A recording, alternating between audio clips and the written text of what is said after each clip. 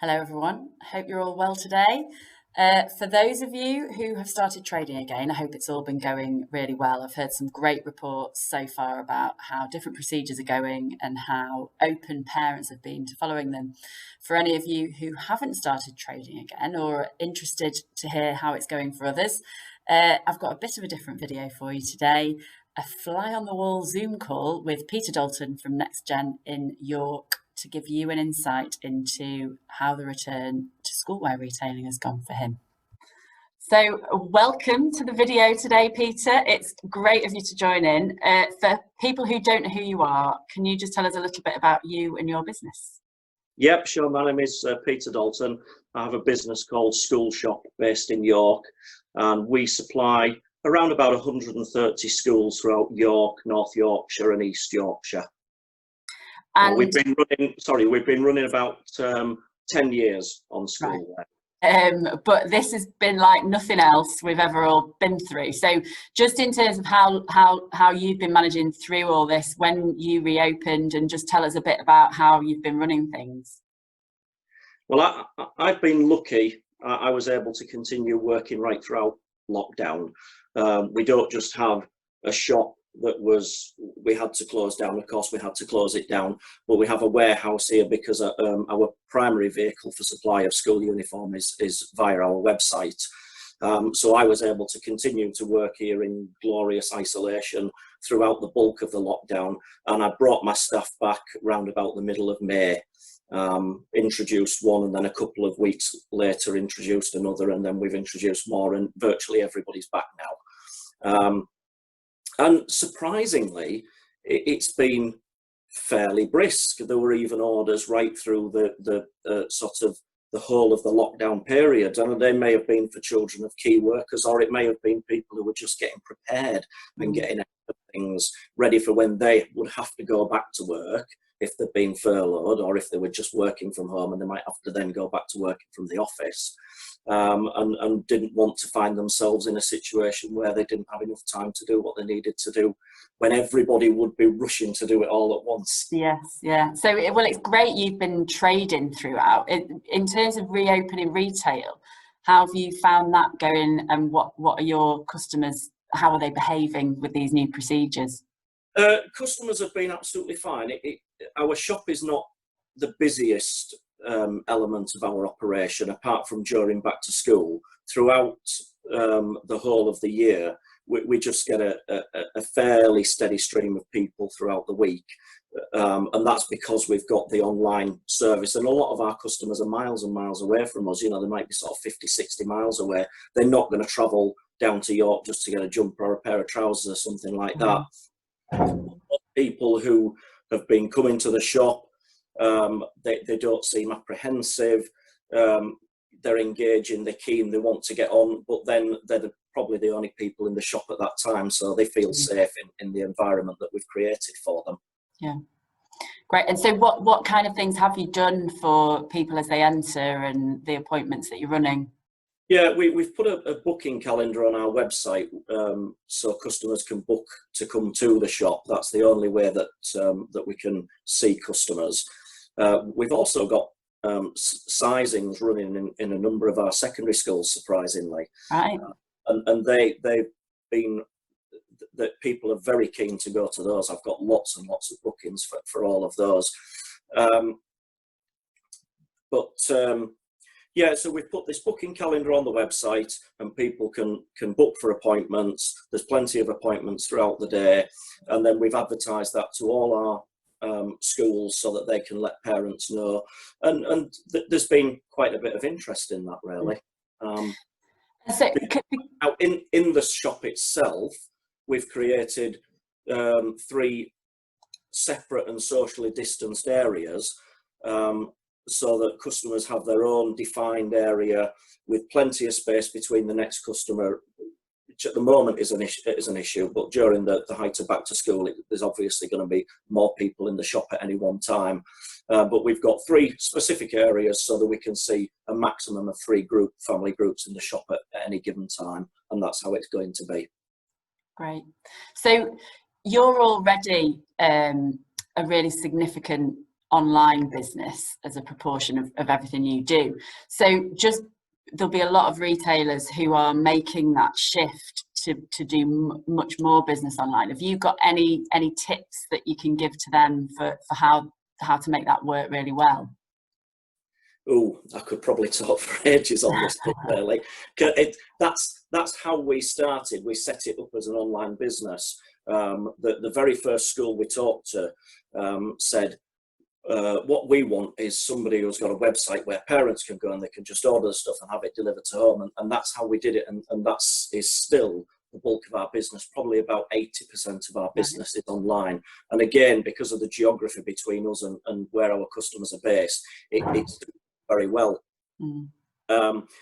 What I would say is you need an easy to use website. I know that sounds sensible and straightforward, but I do see some people's websites and sometimes you've got to click here, click here, click here, click here, and then eventually you get to where you need to be. Well, people have lost interest almost before they get to where they need to be. You've got to make it very, very easy for people to buy what they need and make it very clear with school logos and things like that. The pictures are always key. People take more notice of the pictures than they do of the description, and so that's really important to get some good images on the site, because that will definitely drive up sales, that's for sure. If people see things that, oh, I like that, I like the look at that because it's a nice picture, they're probably more inclined to buy it from you, in my experience. And we've just launched a new version of our website and put all sorts of additional items on there, and they're selling like hotcakes. Even things like water bottles, we can't keep them on the shelf quick enough. They're just little add-ons, and it makes such a difference because it costs more to do it. On the legal side, make sure that you've got good, robust terms and conditions. It's definitely worth paying a solicitor 750 quid or something like that to do some good terms and conditions and a good privacy policy to protect you, because what I found in my experience is that customers will tick the box to say they've read your terms and conditions, but when something goes wrong and they want to try and come back to you for something and put some pressure on you, they'll go back to those terms and conditions that they said they'd read, which they never read, and they'll use them to berate you with. So make sure your terms and conditions are really good and robust, and make sure that it's very clear how customers can contact you if they need to contact you.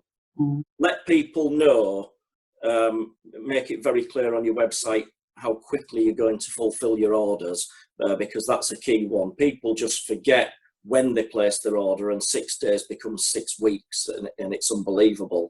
We'll talk to people. I placed an order weeks ago and it was like 10 days ago, if that, and what I found with our website our new website has made a big difference. We've got lots of emails for the various stages. Even if all that happens in the same day, if we've got to send something down to embroidery, we'll change the status to get an email. When embroidery is finished with it, we change the status to say it's gone to packing. They get an email. It'll save you an awful lot of calls. So that's really important. So I was just going to ask Peter about returns. I know that's something people are worrying about a lot with the current situation, and do anyway worry about that with online. So what are your kind of words of wisdom on that? Yeah, be prepared for a significant volume of returns, particularly during back to school. On a typical back to school, certainly in the last three or 4 weeks of the season, we will get 1 to 2 sacks of returns a day from Royal Mail. So that's going to be 20 to 25 parcels, depending upon what it is that people are returning. Again, communication is really important. So when we receive a return and we process it, we ask a customer to provide us with a mobile number, and we use an online service called Fast SMS, and we send them a text to tell them that we've got it. And it's a really good service because it tells you if the message has been delivered. So you know that the message has got to the customer. If they say, I haven't got a text, you can go back and check your records and say, no, we sent you a text and it was delivered to your phone. That just saves calls and emails and things like that, which takes you away from what you're trying to do during the day at the busiest time of the year. and make it very clear how people are supposed to return, how quickly they need to return, what you expect from them. Because otherwise stuff will turn up in all sorts of states with tags pulled off and bits missing and all the rest of it. And so we have a very clear returns form that tells people what they need to do. And thankfully, it seems to work quite well, because you'll always get a chancer, always get a chancer. Right. So just thinking about the future and this season and beyond, how optimistic, what are you feeling at the minute? There's definitely a really strong appetite there for people to get engaged with schoolwear companies. I think it's really important to get the message out there that we're open again for business. I think some people maybe think that we're still half asleep and we haven't quite got there yet. But most of us have reopened. So get the message out to your schools and get them to send the message on to parents that you're open, you've got stock, and you're ready to take orders and you want to deal with people. Because I think it's going to be a really busy season. There's no doubt about it. I mean, you know, those people who would have bought new uniform between March and now for children who've grown, you're going to get all those sales because they didn't happen before. And, you know, some of the kids have been sat vegetating a little bit on the PlayStations and things like that. There's no doubt about the fact that that uniform is not going to fit come September. But it's our job to rally the people because they will not necessarily rally themselves. So we've got to get the activity stirred up again. Yeah. Brilliant. So just on a lighter note at the end, thinking about while you've been on lockdown, I can imagine you've been raiding your drinks from around the world cabinet. What's been your favourite quarantini? Well, as you know, we were very lucky to get to New Zealand back just before we ended up in lockdown, and we found a wine whilst we were there that seems to be, it's not unique to New Zealand, but I haven't come across it before, and I think it's probably a German variety or Austrian variety that I've really quite taken to. So we've had maybe one or two cases of that. And, into the house. Yeah. Get through. And I was talking to Mark Warbank this morning, who can't wait for the hairdressers to reopen because he says he's looking like Shaggy from Scooby-Doo. I said I don't think I'll need to ask Peter about that. Strangely enough, I don't know why, but I'm not. That's not the first place I'm going to go. Well, thank you very much for joining in today. It's great to speak to you, and I wish you all the best with it all as we move through this busy back to school. Super. Right. Lovely to see you. Take care. Bye. So hopefully that's given you a bit of insight into how things have started for a fellow schoolwear retailer. I'd love to hear from those of you who would also like to share how things have been going. I know it's going to get busier and the focus is going to be back on the throughput of goods and stock from us, the suppliers, in the coming weeks. But hopefully we can all find those much needed minutes for perspective, learning from others, and keeping everything going to deliver back to school. So all the best to you all, and I'll speak to you again next week. Bye.